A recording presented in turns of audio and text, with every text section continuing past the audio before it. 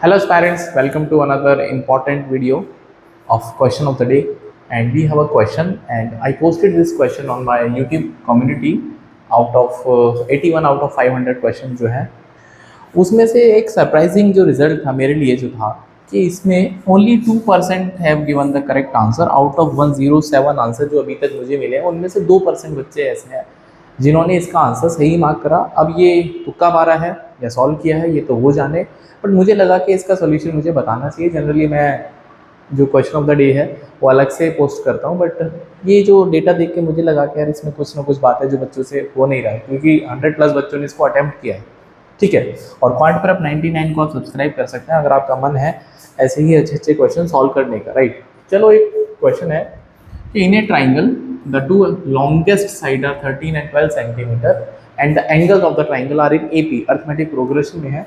तो आपको रेडियस निकालना है उस सर्कल का जो कि उस ट्राइंगल के अंदर बन सकता है, जिसको हम इन सर्कल बोलते हैं। राइट, तो इन सर्कल आपको पता होना चाहिए सबसे पहले तो। अगर ये ट्राइंगल है आपके पास ए बी सी, तो एक ऐसा सर्कल जो इसके अंदर बने और तीनों साइड्स को टच करे। तो ये जो ग्रीन कलर का सर्कल हम इसको इन सर्कल के नाम से जानते हैं, और इस इन सर्कल का एक रेडियस होता है जिसको हम स्मॉल आर के नाम से जानते हैं। और आर निकालने का फॉर्मूला होता है area of triangle upon semi perimeter, semi perimeter of triangle. Right, हालांकि जो फॉर्मूला है ये ट्रू है सारे पॉलीगन्स के लिए जिनमें आप इन सर्कल बना सकते हैं, मतलब ऐसा सर्कल बना सकते हैं जो कि सारी साइड्स को टच करे। ये फॉर्मूला काम करेगा, आप पे ट्राइंगल की जगह पॉलीगन लगेगा और नीचे भी पॉलीगन का फॉर्मूला लग जाएगा सेमी पेरीमीटर। राइट, तो ये तो पहला फॉर्मूला है जो हम यहाँ पे यूज़ करने वाले हैं, बट ठीक है। उसके बाद कौन कौन सी बातें हैं जो हमको यहाँ पे पता होना चाहिए। एक दोस्तों फॉर्मूला होता है कोसाइन फॉर्मूला। हाँ, कोसाइन फॉर्मूला। अब ये क्या बवाल है, ये क्या बोलता है कि अगर आपके पास मान लेते हैं ट्राइंगल है, इसमें हमको एंगल ए निकालना है, ये साइड्स नोन है ए बी सी। तो अगर कॉस ए का फॉर्मूला निकालना है तो ये होता है जिस भी साइड को आप देख रहे हो उसको माइनस करना है स्क्वायर करके, that is B square plus C square, बाकी दोनों को प्लस करना है स्क्वायर करके, माइनस जिसको ये देख रहा है उसको माइनस करना है और नीचे डिवाइड करना है ट्वाइस बी सी, जिसको आपने प्लस किया उससे मल्टीप्लाई करना है 2bc और ये फॉर्मूला आ जाएगा। राइट, सिमिलरली अगर मुझे कॉस भी निकालना है तो this is a square plus B square, क्योंकि बी वाला जो है बी को देखेगा तो A square plus C square minus B square upon 2ac। Right, तो ये दूसरा फॉर्मूला हम यहाँ पे यूज़ करेंगे। चलिए, और तीसरी एक और बात है कि अगर ए बी सी या 3 टर्म्स ए पी में है, तो अगर 3 terms are in A P, if 3 terms are in A P, तो अगर कभी भी 3 टर्म्स ए पी में है तो a माइनस बी या a और a plus D, it is better to take the terms in this I can say format, so that आपके लिए चीज़ें ईजी हो जाएंगी। अगर आप ए बी सी लोगे तो बहुत सारे वेरिएबल यहाँ पे आपको परेशान कर देंगे। राइट, तो ये 2-3 बातें हैं जहाँ से हम इस क्वेश्चन की शुरुआत करेंगे। और ये क्वेश्चन जो है पता आपको, ये IIFT में पूछा गया क्वेश्चन है दोस्तों, हल्का क्वेश्चन तो बिल्कुल नहीं है। 2019 IIFT में पूछा गया था, तो एक अच्छे लेवल का क्वेश्चन है। ठीक है, चलो, मेरा जो मतलब है ये है कि आपको ये सब चीज़ें थोड़ा सा रिवाइज होते रहेंगे ना, तो आपके कंसेप्ट अच्छे होते रहेंगे। राइट, क्वेश्चन का सोल्यूशन तो डेफिनेटली एक मुद्दा है ही है, बट ये जो तरीके हैं ये सब आपको पता होना चाहिए, बीच बीच में आपको पता रहना चाहिए। राइट, चलो, तो सबसे पहले हम क्या करेंगे, यहाँ पे एक और बात दे रखी है कि दो जो साइड है ट्राइंगल के अंदर, ये ट्राइंगल है आपके पास, इसमें एक साइड 13 और एक 12 है। ठीक है, एक साइड 12 है और लेट इस ट्राइंगल का नाम PQR है।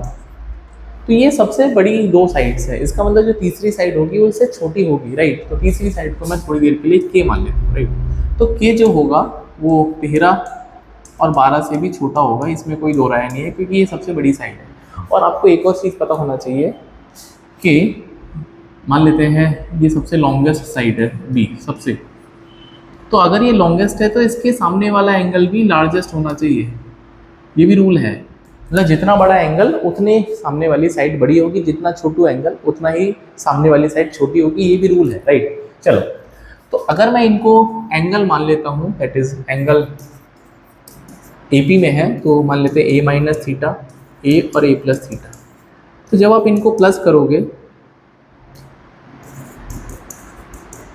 तो आपको 180 के इक्वल करना पड़ेगा। तो यहाँ से ए की जो वैल्यू आएगी दोस्तों, ये 60 डिग्री आएगी, राइट। तो ए का वैल्यू 60 डिग्री है।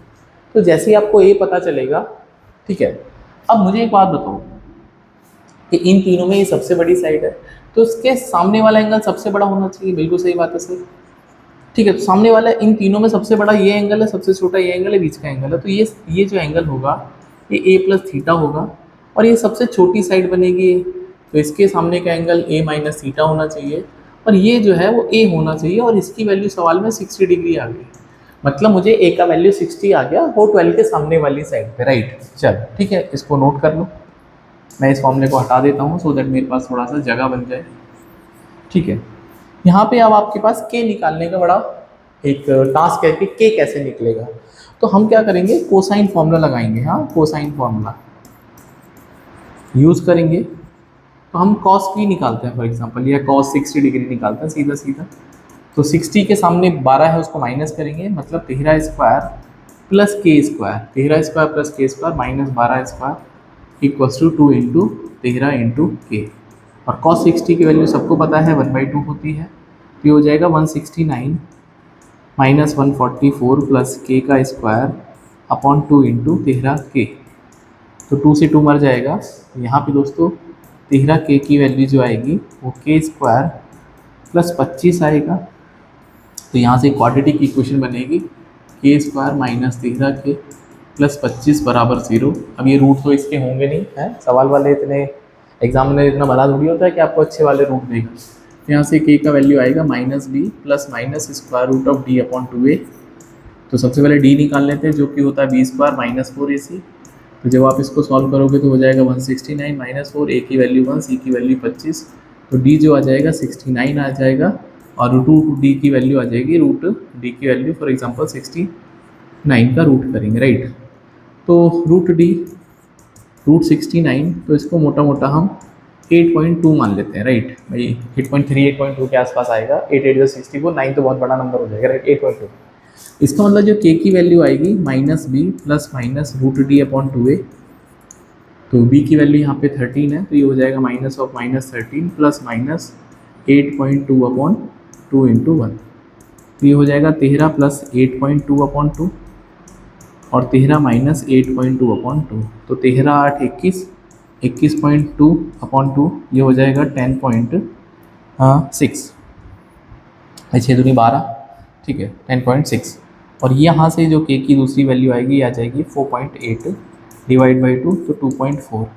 तो ये दोनों के की वैल्यू आती है, राइट। अब इनमें से कौन सी वैल्यू ठीक है, ये तो क्योंकि दोनों ही छोटी हैं तो अभी तो दोनों ही वैल्यू ठीक है, बट इनमें से सेटिस्फाई कौन सा करेगा, ऑप्शन में से डेफिनेटली आपको चेक करना पड़ेगा, राइट। तो के निकल गया, राइट।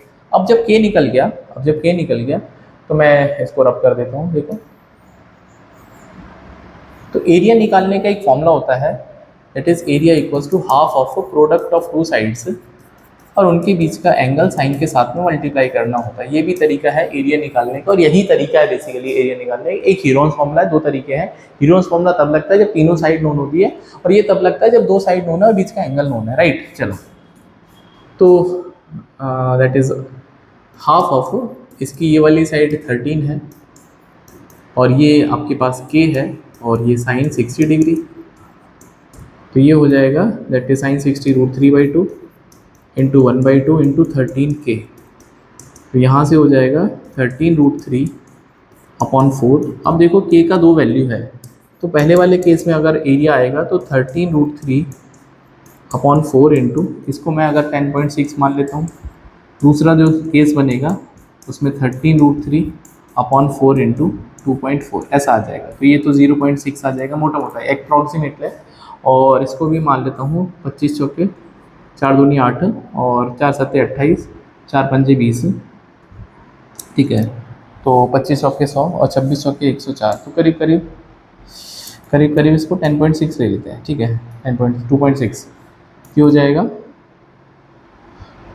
13 इंटू 2.6 इंटू रूट 13, और ये हो जाएगा 13 इंटू 0.6 इंटू रूट 13। भाई दो केस आ गए, ठीक है। अब मतलब दो रेडियस पॉसिबल है इसमें डेफिनेटली, बट हमको ऑप्शन भी दे रखे हैं, तो हमको वो ऑप्शन निकालना है जो कि इनसे सेटिस्फाई हो जाएगा, राइट। चलो, तो मैं इसको थोड़ा सा और रब कर देता हूँ क्योंकि मैं चाहता हूँ कि इसी पेज पे सोल्यूशन हो जाए। अब बस कुछ नहीं बचा है, R equals to A upon S का फॉर्मूला लगाना है, राइट। तो R1 अगर मुझे निकालना है तो 13 इंटू 2.6 अपॉन रूट 13। अब पेरीमीटर कितना होगा इस ट्राइंगल में P1, तो 25 तो आएगा ही आएगा भाई, 13 और 12 25 प्लस, अगर अब इसको आपने 10.6 माना है तो ये आ जाएगा 35, हाँ 35.6, और सेमी पेरीमीटर जो आएगा 35.6/2, तो 17 दूनी 34 और करीब 17.8। तो इसको हम 17.8 मानेंगे फॉर एग्जांपल, तो यहाँ पे इसको 18 मान लेते हैं, तो 13 इंटू ये हो जाएगा 1.73 इंटू 2.6 अपॉन 18, राइट। थोड़ा सा इसको 18 मान लेते हैं, राइट। तो ये तो आपके पास एक आंसर देगा। और सिमिलरली अगर हम दूसरा पैरामीटर निकालते हैं P2, तो P2 जो आएगा दोस्तों दैट इज़ 25 तो आएगा ही आएगा, ये भी प्लस इसकी वैल्यू 2.4 है और इसको 27.4, और सेमी पेरीमीटर निकालेंगे तो 27.4 को डिवाइड करेंगे 2 से, तो 13 दूनी 26, मतलब 13.7 के आसपास आ जाएगा, राइट। 13.7 के आसपास आ जाएगा। तो इस वाले केस में अगर हम इस वाले केस में आंसर निकालना चाहते हैं, तो R2 जो बनेगा 13 इंटू 1.73 इंटू 2.6 सॉरी इसमें 0.6 आएगा ना A2 वाले केस में भाई, 13 इंटू 1.73 इंटू 0.6 और डिवाइड बाई 13.7, राइट। अब ये दो हैं, इनमें से बस आपको थोड़ा सा अप्रॉक्सीमेशन मारना है, ठीक है। अब देखो कैसे मारेंगे अप्रॉक्सीमेशन। तो अगर मैं इसको देखता हूँ मोटा मोटा, इसको 13 मान लेता हूँ, तो 13 से 13 कैंसिल आउट हो जाएगा, तो 1.73 इंटू 0.6, तो 6 तिया 18 और 17 छिक्का 102 और 103, और ये हो जाएगा 3 के बाद, तो करीब 1.038। तो अप्रॉक्सीमेटली यहाँ से जो आंसर आएगा 1 सेंटीमीटर के आसपास आ जाएगा, जो कि ये राइट आंसर बनेगा। यहाँ से जो वैल्यू आएगी वो इनमें से चारों में से कोई भी सेटिस्फाई नहीं करेगी, आप चाहे तो इसको कैलकुलेटर से सॉल्व कर लेंगे, राइट। तो ये पूरा का पूरा मसला था, और अच्छा क्वेश्चन था डेफिनेटली, ऐसा नहीं है कि क्वेश्चन अच्छा नहीं था। आप इसको फर्दर सॉल्व कर लेना, क्योंकि जो मुझे आंसर बताना है मैंने बता दिया, तरीका भी आपको सिखा दिया, और तरीके आपको आएंगे तो आप दूसरे क्वेश्चन में भी दिमाग लगा सकते हैं ना, वरना फिर क्या फ़ायदा कि आप चीज़ों को बेहतर तरीके से सीख ही नहीं पाएंगे। तो आई होप आपको ये सोल्यूशन अच्छा लगा होगा, और ये जो कम्युनिटी है इसको फॉलो कर लेना। अच्छे क्वेश्चन यहाँ पे मैं पोस्ट करता हूँ, और मुझे जो लगता है कि वो क्वेश्चन का सोल्यूशन करना चाहिए तो डेफिनेटली मैं सोल्यूशन प्रोवाइड करता हूँ। सो मिलते हैं नेक्स्ट वीडियो में एक और नए क्वेश्चन ऑफ द डे के साथ में। Till then happy learning, bye, take care.